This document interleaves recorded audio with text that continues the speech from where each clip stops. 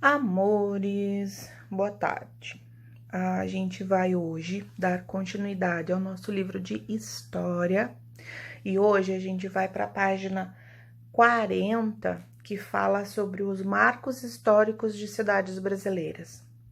O que são os marcos históricos? Os marcos históricos são construções, os lugares ou algum objeto que remeta à história daquele lugar. Por exemplo, aqui no Rio de Janeiro nós temos os museus que contam as histórias aqui de Niterói, nós temos espalhados museus pelo Brasil todo, né? Temos construções que marcam determinadas épocas da nossa história, e é isso que o marco histórico faz. Ele marca um determinado tempo que aconteceu, um fato que foi muito importante e relevante para a história de qualquer, seja do Brasil ou de qualquer cidade, né? Por exemplo, no Rio Grande do Sul, nós temos as missões, que são construções que hoje em dia estão em ruínas, que foram os jesuítas que construíram aqueles prédios, aquelas casas, né? Isso há muito tempo atrás, e é considerado um marco histórico. Por quê? Porque é uma parte da história daquele local, daquela cidade.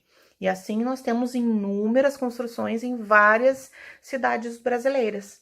Nós vamos ver dois exemplos de alguns marcos históricos em cidades do Brasil. Nós temos o exemplo da cidade de Belém, que chama o Teatro da Paz. A gente vai conhecer um pouquinho, vai ler um pouquinho sobre o Teatro da Paz, que é um marco histórico da cidade de Belém. E nós temos também na cidade de Goiânia, nós temos o Museu Pedro Ludovico, que a tia já comentou alguma coisa sobre os museus, lembram? Que os museus guardam muitas coisas que contam as histórias dos lugares onde eles estão, guardam objetos, quadros, documentos, livros. E a gente tem na cidade ainda de Goiânia, nós temos a Torre do Relógio, que é um monumento, né, um marco da cidade, e o outro teatro, o Teatro Goiânia. Então nós vamos conhecer marcos históricos que são importantes nessas duas cidades, Belém e Goiânia, por enquanto. Tá? Então, não vamos esquecer que o marco histórico é algum objeto, alguma construção, alguma coisa que marcou de alguma forma a evolução e conta a história desse lugar. Tanto aqui de Niterói, do Rio, Belém, que a gente está vendo, Goiânia. Então, marco histórico é algo importante, ó, já está dizendo, um marco, aquilo que marcou a história, e é importante para que a gente conheça a nossa história. Então, ele conta como é que os fatos aconteceram, ok? Vamos lembrar?